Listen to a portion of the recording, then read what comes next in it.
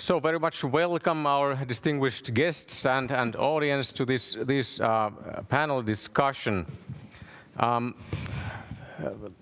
The topic of this discussion moves largely in our newfound minority status of Christians in various parts of the West, and how do we respond to that kind of challenges that it brings. But before we delve into the questions itself, short introductions are in place. Dr. Cooper, of course, is very familiar to all of you at this point, so he will need no further introductions. But we have perhaps two new members that are not so, at least in this event, not so familiar to everyone. Dr. Juho Sankamo is here. He's a Roman Catholic theologian, and but also very familiar with Lutheran circles. Very much welcome here. Thank you. Thank you.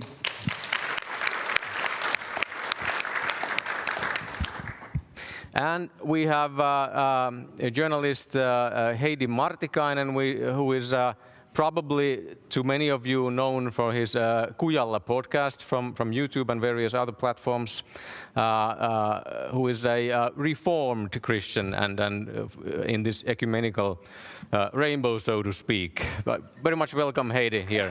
Thank you. Thank you. And here's the Lutheran team right here. All right. So, to get into the questions, so in the event program it says that in this new situation, some of the old borders of the new situation where the Christians are a numerical minority or becoming one. For instance, in Finland there is a forecast by the research center of the church that maybe in the year 2037 Christians will be a numerical minority in Finland. So under 50% of the population will be Christian. Well, we will see what happens, but for instance the UK has already crossed this line. So this inevitably changes somehow the old borders that we used to have. For instance, in Finland, we used to have Lutheran hegemony, a monopoly of Lutheranism, but very much not so much anymore.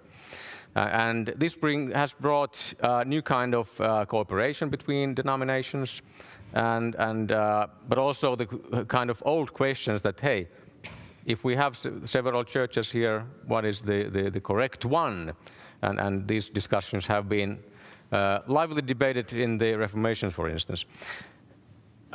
So the first question is about the situation that brings new challenges, for instance, in our view of humanity. There's an American analyst and blogger and author called Aaron Renn, who has this distinction between the positive world, the neutral world, and the negative world.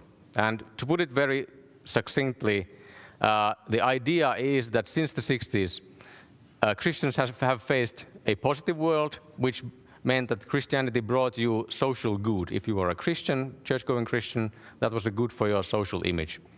That ended about 94 or so, he dated that. And the neutral world began at about that year. That means that Christianity was not good or bad, particularly one hobby among others that you could have, and we can have this plurality in the society and have nice discussions about the issues of faith. This ended in 2014. He dates it to the legalization of the same-sex marriage across the West. So after that, it's according to him, a negative world or a skeptical world where it's a social hindrance to be a Christian. And now, my question to all of you, let's say starting with Heidi, for instance. Oh, no, sorry, because this is American distinction. Let's start with the American and then go to Finland. What do you think of this distinction? Is it accurate? Do you feel it in your ministry, or how do you relate to this distinction? Yeah, so I'm familiar with Aaron Renn. I know him and his book. You know, this has been used a lot in the United States. And I know that a lot of American Christians have really kind of resonated with this, who have kind of lived through these different eras, especially that kind of shift from the neutral to the negative world. And I have honestly a hard time with the thesis in my own experience, and I've said this to Aaron Wren as well. And he just said, yeah, well, New England's different from everywhere else, which is why it doesn't fit with me. And I think that is the case. So, you know, the United States is it's huge. And the United States has so many different cultures within it. And secularization has happened at different rates, much like how, like all of Europe, you're all facing the same challenge, but it's happening in different ways and at different rates. So that's how I would describe the U.S., probably similar to the situation in Europe in general. So certain parts of the United States saw secularization much earlier. And so the area of the country that I'm from, New England, tends to be the one that follows, well, European trends probably first. Yeah. You know, there's a reason it's called New England, or probably the most similar to, not exactly parallel, but so the world that I grew up in was a negative world. There is no doubt about it. In the world that I grew up in, being a Christian, or at least being serious about your faith in any serious way, not just like being a you know, member of the Roman Catholic Church because you're Irish and that's just what all the Irish people do or something. But having any serious moral convictions, for me growing up in Massachusetts was extremely difficult. I mean, you know, there were so few Christians. You know, I grew up in a town of over 40,000 people. We had, like, in our, like, public high school, we had our high school Bible study that last I remembered when I was there had 4 students in it. Mm-hmm. I mean, there is no spiritual life there at all. I mean, and it's been that way as long as I know. So I guess maybe Was that the kind of the only Bible study in town? Well, that was the only one for your age. That was at least at the school. We did have youth groups, no, we had one youth group. Okay. And you know, there were some people there, but they weren't even all from that town, and I knew it. I mean, there were so few Christians that, like, I knew probably, like, every Christian my age in the whole, you know, western side of the state. So I think, and maybe I was better prepared in some ways to face this because I was raised with it, and because the way that I was raised, I guess everybody just told us all the time, we live in a secular world and you have to prepare to be persecuted as a Christian. That's just the way it is. And I just always kind of felt that was the case. So I don't know. I was just prepared. So I'm probably a weird person to ask this question to, honestly, because my experience is probably very different than the experiences of a lot of others. Thank you. That's a very useful answer in the sense is that the USA is a collection of different cultures, basically. Yeah. What about Juho? What do you think about the distinction? Yeah, it came to my mind that when I hear the stories about my family background and my grandpa in the 1960s, he used to go to church every Sunday, which was quite unpopular and unusual. Even then? Yeah. And he went there every Sunday. And in the town, he was a salesman, and he heard that the other men were like a bit like laughing to him that why are you going to the church? It's the woman's place, and they picked up a fight or something. But I think when I think about going to the church on a Sunday or some other day, it really brings a lot of advantages to you and happiness and some kind of a stable rock for your identity. So I think it's on the positive side a lot to be a Christian, even especially in these times. So. Okay. So Heidi, and I can resonate with your response with in the sense that when I was going to school in the 1990s, I was practically the only Christian in my school here in Finland in a semi-big city.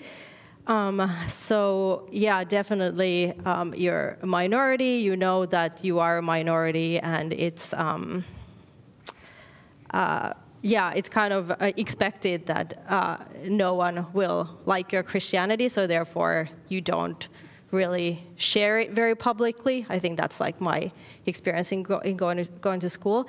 But I also think like in this like model, the acceptance of same-sex marriage, of course, that has changed the culture significantly, because then basically the sexual ethics, that whole question has become, it is like a dividing line. It's a very clear dividing line that now it's actually, because the law is like our teacher. So when something is written into the law in a country, so then that kind of changes the dynamics in the country, I think. So therefore, like when that law was made into law in the US and in Finland and in many countries, that definitely made Christians more of a, like that, because we don't accept that, so we are definitely on the negative side in view of, like, in basically the general audience's view, or general opinions view. That's a very good point, because, for instance, my experience would also be that I grew up in somewhat negative world, but since 2014, there's a new gear definitely going on. Of course, Finland is kind of the world leader in this, with Päivi Räsänen's court case as the main example. What kind of apologetics challenges have you noticed in your perhaps ministries, congregations, churches, among Christian friends and relatives, related specifically to our view of how to be a human, what is a human, as Dr. Cooper has analyzed it this weekend. On the lay level, what kind of questions are people facing? We just had a workshop earlier today dealing with abortion and euthanasia. They have been like issues for decades, hot issues all the time, and still are. Are there some other points? You mentioned, of course, the sexuality thing. What are some of the basic questions that you face all the time? Let's begin with Heidi this time. Well, I think the sexual ethics thing, the whole rainbow thing, that is, I think that is the number one thing. When I spoke to a friend of mine who's actually here, and she's a student, and she does evangelism at the university, and she said that is the number one question that comes up in conversations, and that is like the very big obstacle for people to, and not just students, for anyone basically. It's a huge obstacle in front of the gospel, because it's just like, and it relates to what is a human, you know? Like if you are created, like if you're created to be a gay person, then I mean, how can you not live that out? That's absolutely, you know, unacceptable. So then how do we, you know, deal with that lovingly? And I guess the big question is that if we get stuck in that question, then we don't get into the more important questions that will actually help you understand that question, the sexuality question. If you understand, like what you were saying about Calvin and about, you know, if you don't know God, you cannot know what a man is, and if you don't know who man is, then you cannot know God. So I think that really helps us then to deal with all the other questions, like the sexuality questions as well. Yeah. What about Juho? How is it in Turku, where you come from? I was a bit astonished some months ago when I was sitting at a lecture about some business lecture, and the teacher was talking about very deep things about who am I in this universe, and what's the meaning of my life, and where am I going, and those questions are at home in the church. So I think the secular institutions and universities, schools, and workplaces are picking up these questions nowadays more and more, because they don't go to church, they don't get any answers to these questions from the church because they don't attend, and but these are deeply rooted in our soul, in our heart. We need those questions. We are totally broken if we don't have these answers to those questions. We have to find them. And I have I think there is a like an echoes of these questions being really raised up in secular schools, institutions, and we should really like answer that call and take part in the discussion. I'm sensing that, we'll go to Jordan right away, but I'm sensing that you are viewing this also as an opportunity, or mainly as an opportunity, not just an obstacle, or? Yeah, right? there's a big need, I think, because people have identity, need for a solid identity. Who am I? What's God's call for me? Am I, like, does anyone care for me? And like, as a Catholic, Pope Francis has had his funeral today, and he talked quite a lot about this throwaway culture, that we throw away people, things, and important stuff, and lives. Am I important? Are the babies, the elderly, the sick people, are they important? This is a really big question for people. What about Jordan, your view on? Yeah, you know, in terms of questions that I get, because I'm involved in campus ministry, so I kind of see things through the lens of my interactions with students who often come from non-Christian backgrounds, but some of them come from Christian homes. I actually got a lot more questions and challenges about the sexuality issues when I started doing the campus ministry I do currently about 7 years ago. It seems like those actually aren't the questions that I get much at all anymore. That's interesting. And so I don't know if it's uniquely what's happening in America. It does seem that things have kind of, it seems like the I don't know, the rhetoric has been toned down a bit recently on those issues for whatever reason. But that's not to say it's not a concern, but I actually am more dealing with people who I feel like are just dealing with like depression and meaninglessness, and these are the things that I'm hearing much more. And it's not that they wouldn't challenge me on the sexuality issues, but in some ways, it's not the most important issue for them because there are deeper issues. And I think this is the difficulty when the temperature is raised with these sexuality issues is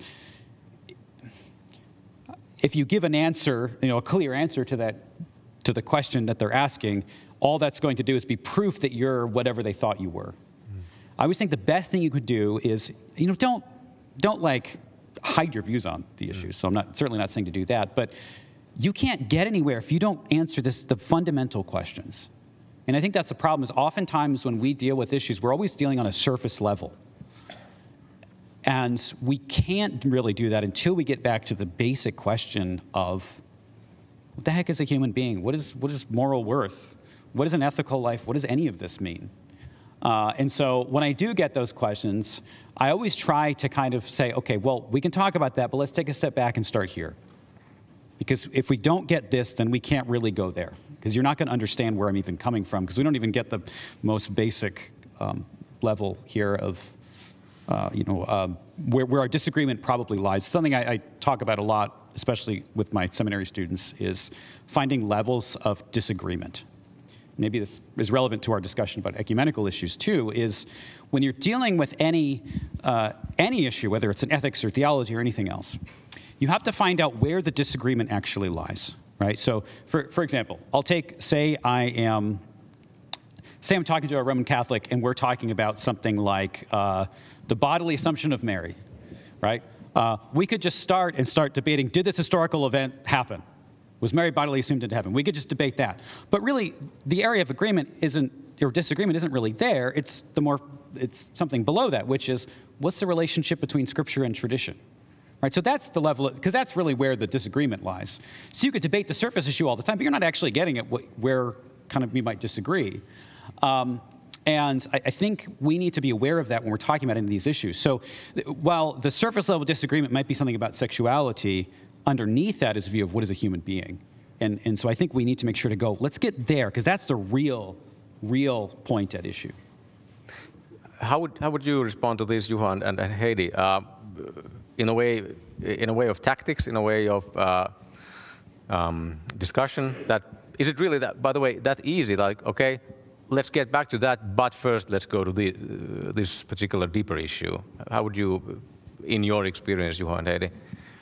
It probably depends on the situation and on the person, because sometimes I think people use it as an excuse as well. You know, it's like, it's an easy kind of like, well, but you Christians are just bigots, so I don't have to, you know, so they just don't want to engage in a conversation. But if they are, you know, actually open to have a conversation, I think it's exactly like that. Like, you have to go into discussing, okay, what is a man? Like, what is a human being, you know, and do our lives have a purpose? And I think we're reaping the fruit of all these like ideologies and philosophies that are just so empty, and those are like that have been the mainstream philosophies for the last decades or whatever.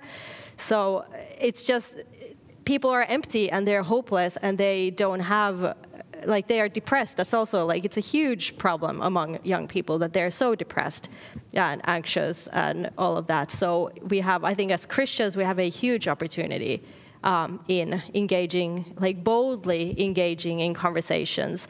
And I hear all the time in Finland from young people that young people are quite open, you know, like there is a significant change in the atmosphere. The young people are a lot more open to discuss spiritual things and Christianity, meaning of life, like all of this. And then I guess the question of sin is also a pretty difficult question, a pretty difficult idea for people to understand. But then once that kind of clicks, then that, like, I think that makes a huge difference for a person to be able to understand the gospel, of course. That is, Juho, any final points on this question? Yeah, it came to my mind that a month ago, there was this study released about the culture or atmosphere of youth in Finland, nuorisobarometri, and it clarified that the youth of Finland has never been so hopeless as it is today. It has like increased, I don't remember, was it 20% or something like that? So they don't, there are many young people who think that they cannot themselves like take a hold of their future and decide what is good for. They cannot sort of, you know, be the boss or the boss of their lives. They can't manage their life, and that's a very big problem, because it also signals that they are afraid, they don't have hope so much, and they don't have the courage to stand up and take responsibility for their life, start the studies, start the family, and so on. We will come back to the question of young people later, but one of the things that I've noticed in this change, that basically secularization, is that what Dr. Cooper said earlier yesterday or today about this politics taking, or whatever good, taking the place of God or religion. And well, one of the things, obviously, I think, is politics. It has become, let's say, during the last 15 years, very heated, more heated than it was before, for some decades at least. One of the often heard accusations towards Christians in this situation is that Christians specifically, maybe specifically in the United States, but also in other countries in the West, have somehow been politicized in a way that is not appropriate for Christians, or for anyone for that matter. How do you respond to this kind of accusation? Is it accurate? To what extent is it accurate, if it is? And where does it go wrong? Is it one-sided? Is it like fair? How would you view this? Maybe Dr. Cooper first. Oh boy, this is a big question. It is. Yeah. Here. Okay. Oh boy. Yeah. How do I describe this briefly? Yeah, I think, certainly in an American context, politics has always been an important part of the lives of Americans. Like, it just has, because it's part of our system and way of thinking that we have a say in our government. and we have some sense of control. But it has absolutely become far more all-encompassing, I think, in recent years than it ever had before. And you know, I've always paid attention to politics, even as a little kid, but because my family just talks about stuff, and but it was never as heated and divided as it has become in recent years. I actually think that the reason why politics has become so divided isn't actually because of politics. We might point toward, yes, divisive politicians who use over-the-top, obnoxious language and insults to refer to their, opponents and things like that. But I actually don't think that's the main issue. I think there's one thing that's the main issue that's dividing people, and that's social media. 100% think that's the issue, and that's what's actually made things worse. Because social media feeds the worst elements of us. When you're scrolling through social media, you have, of course, everything's driven by the algorithm. And the algorithm is often driven by rage. Because if you get mad about something, you are more likely to respond to it. And so the social media algorithms just inherently tend to show you things that you're going to get mad about, because that's what's going to get the most clicks, which is going to get them you to spend the most time on their platforms, which is then going to get the most advertisers. And so social media companies are really just they're monetizing rage.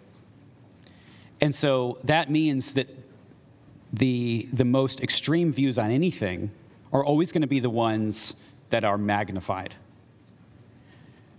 And that means that does two things. One, it shows you the people who disagree with you in politics in the worst light, because you see the most extreme, crazy views that, like most, 95% of people on the other side don't think that. But it seems like they do because that's all you see.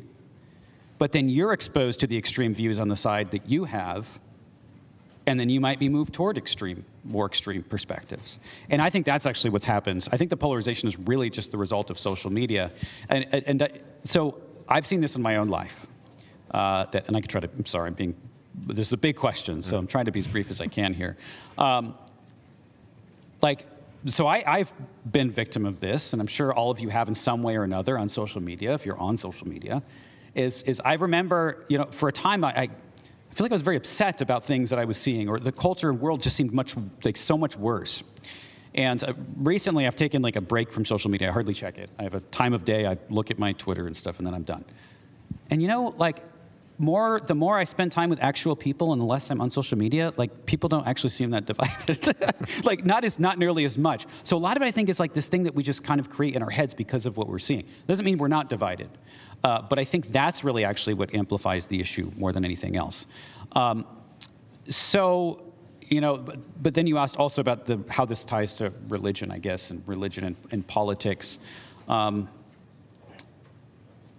Politicians tend to use whatever they can to rally people to their cause, right? And I think, just like anything else, they tend to use people's faith, their most deeply held beliefs, to try to rally them up to support whatever it is that they want to support. And so that's just kind of an inevitability that's going to happen. There's going to be a confusion there. But yeah, the other thing that I said is people have this, I use Paul Tillich's language of the ultimate concern, right? So people have they have things that drive them. And we always kind of place ourselves in, as I talked about, a kind of story. And that means we're always living for purpose, and we want a purpose that's bigger than just us. And oftentimes, we grab onto something like politics as the main story that drives our lives. I see this all the time. And this is the place that theology should have. And the question that I ask people to kind of evaluate their spiritual temperature here in this regard is, do you get more upset, just inside your initial gut reaction? Is it worse when you hear heresy, or when you hear somebody say something about a political view that you disagree with very strongly? Because if your gut reaction to that second thing is stronger than your gut reaction to the first thing, you're totally misaligned. And I think, unfortunately, It's probably more often the case than not. Yeah. What about Juho? Yeah, I think that is totally true what Jordan Cooper said about the social media. And one thing also is that people are living in smaller families and a bit estranged from their relatives and families, so they don't have a warm relationship to the opponents, political opponents, sort of. They don't have a familiar face for opposing view, and I think this is a problem. And so if your close circle is in the social media and not in your closer family, it's a problem. And I think if people are estranged from their family, from their siblings, from their parents, from their grandpas, mothers, and so on, it's very useful for us to live in this social near kin group. It is easy. Heidi, your viewpoints on the question about. Well, I guess two things. This first one is a little bit political, but I was just reading these studies about how people who are leaning left, they view the people who are leaning right much more in a more hostile way and in a more distrustful way, that they do not trust the right-wing people. They think that right-wing people are actually really evil people. But then, according to studies, the right-wing people view the left-wing people just more understandingly, they have just more understanding towards them, and they don't view them as, in such a hostile way as the left-wing people view the right-wing people. And I'm wondering if, because basically the left-wing ideology is about revolution, basically, it's about turning, changing the current, whatever the status is, that, the ideology is that you want to change that. So then maybe that is kind of built in also into, and it's part of the social media rage. And then now, because social media kind of escalates everything, so then the right-wing people are now also responding in, with full-on attacks as well. So that kind of escalates the whole thing. So maybe that's one thing. But then about the Christians, I think we have and actually this is the reason why I even started the podcast I'm doing, is because we have such such strong political views, such strong eschatological views, Jesus is coming in a minute and the world is burning, and we can be kind of go crazy with all kinds of things like this. So if we do not have a solid theological, biblical foundation, we can get swept away by all these social media posts, whatever is going on. So I think it's so important for us Christians to just really have deep roots. And it's been kind of my own personal process in just learning and reading and listening, and then trying to kind of share that through the podcast, through the interviews that I do in that, so that we could have deeper roots in our faith, so that we would not be swept away by all kinds of winds that come our way. So your podcast is clearly a good fruit from the politicization, right? At least one thing is good thing about that. Yes, thank you. Yeah. So I will press this on a little bit in a more theological direction. I'm thinking about various responses. I guess the so-called union or alliance with the most famous example is, of course, the Republican Party and the evangelical Christians that we see in the news. So, but when we enter into the more secular and more minority position, I have been thinking about this Christian relationship to politics and society. You said yesterday that Martin Luther himself said that even though a minority of the population are Christians, even then there should be a vision of some kind of Christian society. Yeah. And But I have wondered that, okay, Luther was writing in a time, and the famous doctrine of two regiments has been formulated in a time when there was total Christian hegemony and monopoly in the West, practically, in the intellectual level. And, okay, then came Enlightenment, challenged that, but at the grassroots level, for a very long time, maybe until the 1960s or even in the 2000s, only now this monopoly has been really broken. Is there something that we should actually rethink with this idea of Christian society? Is it possible? Is it feasible? If we are like in the future, if we are 20 or 30% of the population, how realistic is to have an influence on the whole body of society? How would you start, Jordan, with this? You're asking too many really big questions. Yeah, that's why you're the first one to respond. I want to say too much, and I don't want to take all the time. First of all, can I just say, don't believe whatever you hear on the news about what's happening in the United States, please. I've already had conversations with multiple people about the United States and their perception of the way things are and how things function and why people voted for Trump. And let me tell you that your assumptions are probably very wrong. And your media is not telling you, and your media probably doesn't know because they don't live there. But there are a lot of reasons why people vote the way they do that you probably don't understand because of social dynamics that are very different in our country. So I just want to lay that out there. Yeah, I have to say that I was kind of taking a role that I don't have, but you Oh, no, I know. I know that. I know that. I just, yeah. So it's, I think like looking at it, when you don't really understand the context, it may look as if, I don't know, Christians are just Republicans just because, and they want power, and I don't know. There's a lot more of course, to it. Yeah. But just in the general sense of like Christian civilization or Christian society. So this is the same issue that we have had since the Reformation. And the issue is that prior to the Reformation, there was some sense of unity, right? Some sense of unity in terms of what people believed, or at least the structure of the church.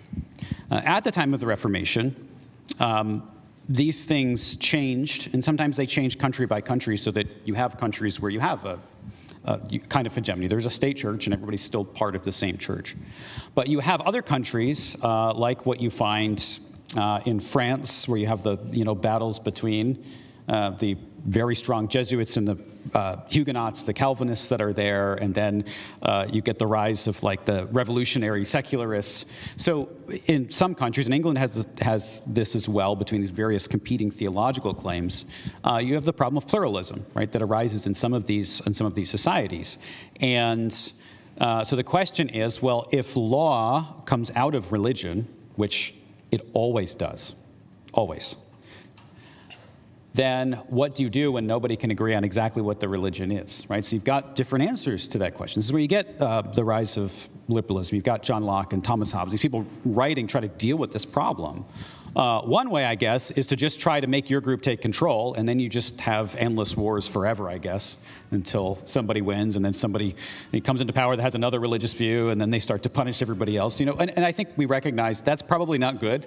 Right, we don't want to have a 30 years war every 30 years. Like we don't want to just. We don't want to. Yes, we'll do. Yeah. Well, we don't want to just keep doing that. And so, people in these pluralistic societies, we had to kind of reckon with like, what the heck do we do? We got to do something so people get along. So you get this idea of the freedom of religion, religious pluralism. So the United States is really, this is one of the founding principles of the United States, is that there is freedom of association, and that means freedom of worship, freedom of religion. And in the founding of the United States, there is still a general conception of Christian values that are forming this understanding of what pluralism is. Like, it's pluralism, but it's Christian pluralism. And that doesn't mean Christian in the Orthodox sense that they even believe the claims of Christianity necessarily, got all these deists, but it's still some sense of a value system that tie people together. A general sense that, like, when we talk about rights, these are divinely given. God's given rights. There's something inherent to humanity that has value. Very basic conception. I think what we're seeing now, and this is what America's wrestling with, And this is why you see a rise of things like Christian nationalism in America. And what we're dealing with is, I think the fallout of this is we're seeing, like, you can't just have pluralism forever with a bunch of competing claims that all are totalizing claims. Like, Islam makes totalizing claims about the nature of civilization and law and what it should be. And Christianity makes a lot of totalizing claims. And you have all sorts of other systems of belief now. I just don't know a way out of the problem of having to have some value system in your culture. Like, something has to be driving your laws. Laws are not just morally neutral. That's why they're like laws. That's the whole point. So I don't think there is any easy answer to this. And this is why everybody's wrestling with this right now. I don't know that there's any easy answers. Historically, the world has basically been made up of, tribes and then later nations that have a shared religion. The word culture comes from the word cult, for worship, because culture arises from religious beliefs. And from that arises law and structures and institutions of society. So when you try to squeeze everybody together in places where we don't have agreement on those most basic things, how do you do that and keep it functional? I have no idea. And sorry, this is totally unhelpful, but what we're seeing is the fallout of an experiment that began a long time ago. And what is the end point of that going to be? I don't know. But what I think we can say is, we should be concerned about society as a whole. That doesn't mean like creating a theocratic state and punishing heretics or something. I'm not talking about anything like that, okay? To be clear, it's not what I'm saying. But we should recognize that, like, God's law is good, and God's law is the best way for humans to live. And so we should want a government that helps to not tyrannically enforce God's law, but that generally sets the kind of conditions in a society where that kind of flourishing life according to God's law functions and works. Thank you. I mean, I recognize that there's plenty of uncertainty in this. That's why I invited the Catholics and the Reformed here. So, how would you, as a Catholic, the Catholic Church spans many continents and undoubtedly has many applications of the Catholic social teaching. So is there anything that that particularly perhaps brings into this discussion? Well, it's a big question. I think the Catholic Church has historically tried to adapt to the culture where it is evangelizing, and I think it's a very good tactic. And what came to my mind is the parable of Jesus when he said that the kingdom of God is like a small leaven, and it has a very big impact on the overall cake. It definitely has. What about Heidi? Yeah, well, I mean, I guess I do think that, of course, I think it's important for us Christians to be involved in making decisions for our nations. Like, I don't think we should be passive about that. I don't think we should be in our, I think we definitely should be active in politics. But of course, not every Christian is called into politics specifically, but Christians in general, we should care what happens in our society, because as we see in our societies currently, if we don't care, there are definitely other people with very different ideologies who do care, and they will push for a revolution. So, but then I guess, like, in principle, the idealistic view would be, okay, we as Christians, we preach the gospel, people become Christians, and out of that flows kind of a more beautiful nation, because people's hearts are changed, and their lives are changed, and their values are changed. So then that affects everything. And I guess that's how it has always been. I mean, that's why we are here in this, why we have this Christian kind of heritage now.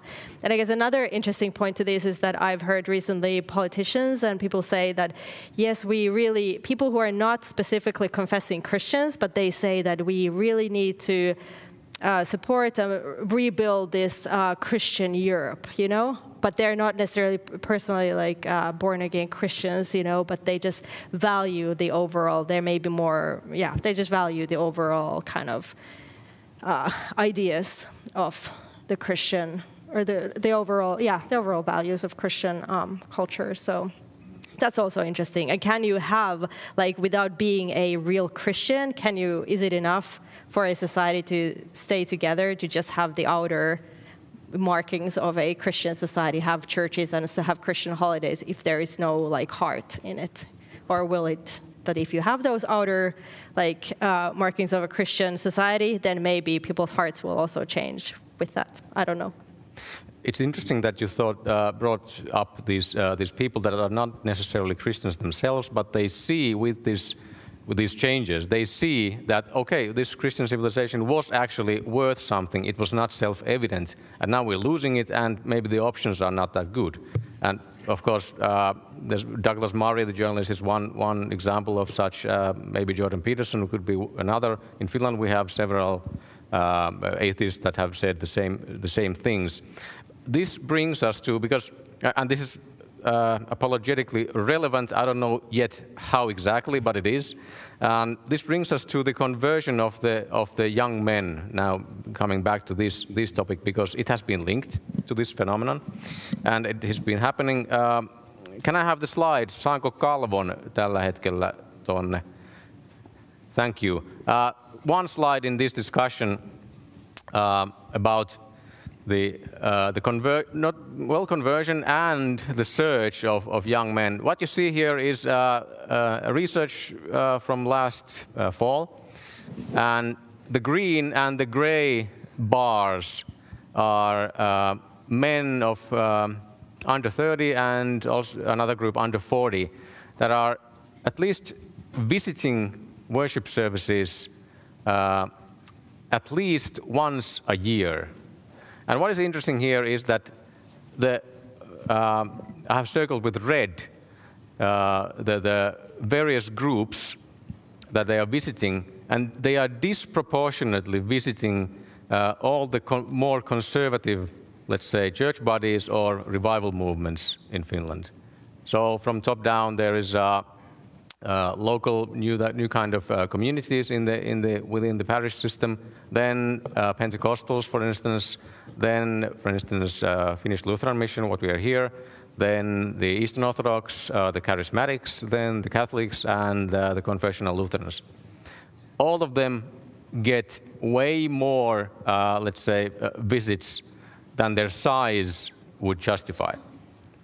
So what I'm reading from this, if this continues, and of course this is speculative, if this continues in the future, probably when the amount of, let's say, nominal Christians that are members but not active in any way, that decreases, and we will have something like this in the future. It will mean that the Christians are more committed to their denominations, and the various denominations, as you see, for instance, on this stage, are more visible to anyone who is searching and to everyone who is already in one church. So this will inevitably have changed, at least in Finland somehow, because we had the Lutheran monopoly. It will change the landscape, maybe more like to what is in America and some parts. And now my questions that I have to ask about this. At some point, someone who is going to convert, wants to convert, he or she is going to ask the question that, okay, then which church do I go to? And this can, I have seen, especially online, this kind of heated discussions also related to this. It's like almost, it's the Reformation time all the time, and Luther on steroids is discussing on Twitter. So, and anyone who has read Luther's, like the most spicy letters, that you know what I'm talking about. But this also, it goes to every denomination. We all have these people, and in online. So my question is how to balance the question of which church the theology of the ecclesiology, that is an important question. It should be not brushed away. It's an important question, but also you shouldn't like be in a forever cage stage, in a state of rage in this sense. How do you balance this, that people should be able to choose and change churches, but we should probably all have the focus of those who have never heard of Jesus? So this is all, again, a broad question, but that's why you're here. So how would you start balancing this kind of the importance of theology, of church, and still having a keen eye on those who are definitely not saved? Let's take Heidi, for instance, start us. Okay. Yeah, good question. Yeah, there are definitely a lot of like civil wars within churches over theological issues, and they can be very intense, and it's not, sometimes it can be necessary, but a lot of times maybe it's not so fruitful or necessary. Well, I guess like it's important like for everyone to have a home church, to have a pastor, to have a shepherd. I think that's like in our culture in Finland, it's not like so many Christians don't have a church or a pastor that they actually know, or the the pastor knows them. And I think a problem that we have also nowadays is YouTube. Mm-hmm. So many people listen to YouTube, they listen to awesome sermons from there. They listen to John Piper or whoever is, popular, and then they can feel like, well, my local pastor is not so great, he's nothing compared to whoever. So then how to have like young men be committed to their local church and be under the shepherd's shepherding, when you have like the world's best preachers online for you to listen to, 24/7. So I think that's kind of one issue that's a real issue. Yeah, but I guess like discipling, having the church that it's small enough that the pastor and the disciples or the church members, they know each other, that there is growth, discipleship happening, and that there is evangelism happening at the same time. And that, I guess your question is that we're not like trying to steal from other denominations. Is that kind of? That's part of the question. Yeah. Yeah. So I guess that would be. But what I've also seen in recent years that because there is more teaching or more information maybe available online, so maybe people are actually in the Reformed circles, there are a lot of people from Pentecostal circles who have kind of like come to the realization that, well, maybe about salvation, that, okay, maybe salvation is not just about me raising my hand, but maybe actually God does a big part in that, saving a person. So I think in our circles, a lot of people so there's like that kind of spiritual or theological growth or maturing that happens, and then they seek a different kind of church because they feel like they don't have a teaching that's somehow deep enough in their local churches. So that's, I think, it's also a valid reason to look for another church if your kind of thoughts or understanding develops. That's actually quite something, warning about the danger of YouTube by a successful YouTuber. That's something to look up to. What about Juho? Your comments on this, the future situation. Historically in Finland, the Catholic Church has been very small. And it is very small. It still is, but increasingly larger. Well, yeah, it's, I think, 18,000 members or something like that. But then again, there are a lot of perhaps 10,000 people who are not registered. So there are more than that. And yeah, historically, we haven't been evangelizing so much in Finland. And it's been, I don't know why it's been, perhaps yes, because this is a Protestant country. And there's some historical reasons for that. And we have been very sensitive and very like down to earth, and just having our masses to the Polish, Italian, and Vietnamese. Mm. But now there are more and more Finnish people, and of course they are at home in the Finnish culture, and there is I know there is like a need and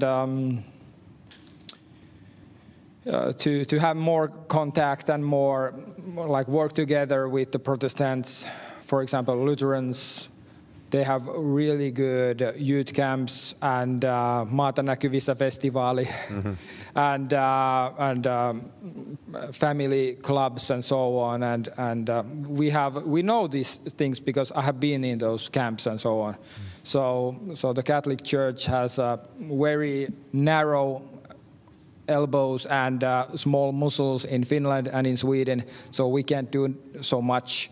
So I think we would really like the working together.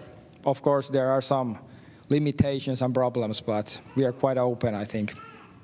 At least I am. Yeah, yeah. One thing, of course, is it's not always just strife. I was going to say, but I forgot. There are definitely new kind of opportunities for ecumenical reasons, especially in apologetics, actually. But Jordan, what about your view? In America, it's a different situation with no state churches ever. How does this development look from your eyes? Okay, I'm trying to remember exactly what the question is, because it was between all these rigorous theology and these turf wars in social media. Yeah, sure. First of all, I want to echo this idea that following pastors on YouTube and not listening to your own pastor can be a dangerous thing. I used to post my sermons online years ago, and then I just stopped. And that was out of a conviction. Thinking about this was like, people do follow me, and I hope you subscribe to the YouTube channel. I'm not telling you not to, because I make a living through that. So I'm not telling you not to use it at all. But I think the internet is good for one thing, and that is delivering information. And it does that very well. And if you can use the internet to deliver information, that's great. It's not good, though, to pretend that the internet is your personal life. And so this is an unfortunate thing when you're watching a pastor online, then in someone's a really good rhetorician, they're very compelling and very engaging, and then all of a sudden, like, well, your pastors don't seem as good in your area. Well, that man that's preaching is not your pastor. He didn't prepare that sermon for you. And if he did prepare his sermon for a YouTube audience and not for his congregation, he's a failure as a pastor. And the fact is, when you're preaching as a pastor, like, you're preaching to the people God has called you to. God has not called you to be the pastor of the world. He has called you to be the pastor of the flock that he's given you. And I think it's important to keep that in mind. It's really essential to know your pastor. But this gets at a broader problem that I see with these turf wars, as you said, on the internet, is a lot of our perceptions, and a lot of young men especially, who are converting to this or that church, they're getting their perceptions of the church from what they see online. And what that means is they're getting their perceptions of whatever the tradition is from the best of that tradition that's on display. It's kind of like when you look at somebody's pictures on Instagram, right? It's like, oh, their life looks so much better than it actually is because they only put the exciting stuff on, right? So when you look at any tradition online and you look at people promoting it, it's going to look way better than it actually is. Because real life is messy, and we're sinners, and nobody's perfect, and no church is perfect, and we all have a bunch of problems. That's the reality. And so I think there is this major issue of this kind of false perception of perfection within any tradition. That I think I worry about this because I see these zealous young men, defending these church, whatever church they've joined, right? And they're always like sure that theirs is the right one, until they join another one, and then they're sure that's the right one.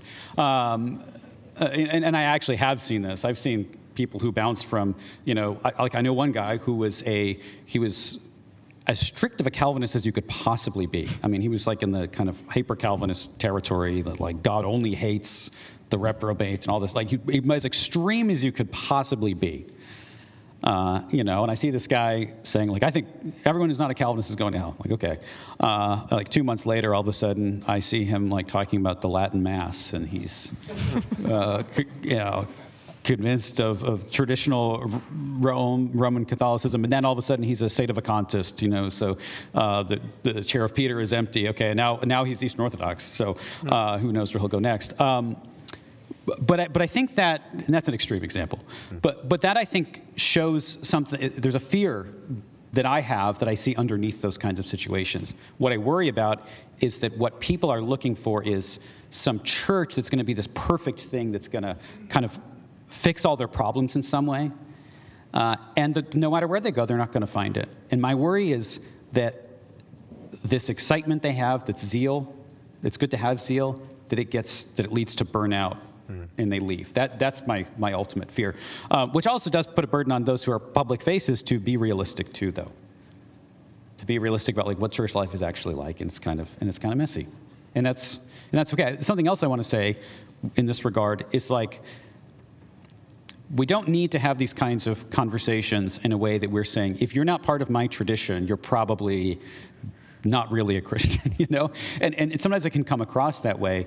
And I think also the kind of teachings that you find in people online that have no training whatsoever are often very different from what the reality of the actual pastors and trained theologians in those churches are saying. And I think online, the public faces of the traditions are often also the harshest, which leads to this kind of fear of, oh no, I have these three traditions that they're all Christian, and they all seem like they have smart people that teach these things, and I don't know which one is right, but I think that they're all telling me that if I go to the other one, then that's it. My soul's lost. And then this creates this total panic, anxiety, fear. But I don't think that needs to be the case, because that's not how we communicate, and it's not what the churches teach. You're probably seeing the harshest guys because of the algorithm. That's exactly the case. Yeah. It's the rage thing again. Yeah. It is. We are running almost out of time, so we have time for one question, and that question is, we could have more, and tomorrow we will have a proper Q&A, so we will have audience questions answered, at least many of them. The last question, say something positive about the denomination to your left, and I'm excluded from this because you would be talking about Lutheran. So Jordan will be saying something nice to Heidi's, and Heidi will be saying something nice from Catholics, and Juho will be saying something nice from Lutherans, right? Okay? You have 20 seconds to think, and then we'll go. Or if someone is already ready. Yeah, I can do it. I can go first. You can go first, okay. Oh, this is really easy. I am from a Calvinistic background. I am so thankful for my Reformed background. The Reformed taught me to love the Bible. The Reformed taught me to understand that the Bible is one big story, that it's not just a bunch of little separate, sayings or something, from a fortune cookie. Like the Bible is this cohesive, grand narrative of God's redemption, and I think the Reformed understand that extremely well. I think they take theology very seriously. So, I could go. I have a lot of positive things to say. Ultimately, I'm not Reformed anymore, but there are many things that I am very thankful for. That's good. Yeah. Let's keep it that short. That's very good. I did it once. I kept my answer short. Yeah. Heidi, your turn. Well, I think with the Catholics, because there is this long tradition, and your Catholics are pretty steadfast very steadfast in what you believe in, and in society, you're basically standing by what you believe, and I think because it's so steadfast, so then even the society is not so able to or so eager to shake your your beliefs. So I think it's a good example not to bow to different times and seasons, but just to stick to what you believe. That's so nice. Juho, you're the last one. Yes. Right. Well, to me, the Lutheran Church has very familiar faces. My relatives, very close relatives. Of course, I've been a Lutheran for some 30 years, 10 years as a Lutheran priest, and so it's in my heart. And recently I was reading an old book, not like 20 years old book, Johdatus luterilaiseen teologiaan, Introduction to the Lutheran Theology. And I was so happy about that because I love the articles written by Sameli Juntunen, for example, and about this, how the Lutherans actually picked up these very old traditional beliefs about who is Jesus Christ. Two persons, two natures in one person. Yeah, fully human, fully God, and really explain these. And Luther was really good in explaining these old teachings. So they are so sweet and so full of grace and so important for our salvation. When you touch Jesus Christ, Jesus of the Gospels, you are in touch with God. So it's beautiful. It's Catholic. It's Lutheran. I think this is a good place for me to lead us into prayer, and then we will close. Dear Heavenly Father, Jesus Christ, Holy Spirit, we thank you for this opportunity to discuss big and difficult questions and have wise answers to those and or directions to those, how we should proceed as Christians in this new environment and new situation where we cannot take much for granted. And we thank you for these brothers and sisters in Christ who have shared from their expertise and from their wisdom. Please bless them in their ministries and in their futures and all their families. Bless all the audience and everyone watching online. And thank you for this wonderful, wonderful conference. In Jesus' name, amen. Let's give a big hand to these.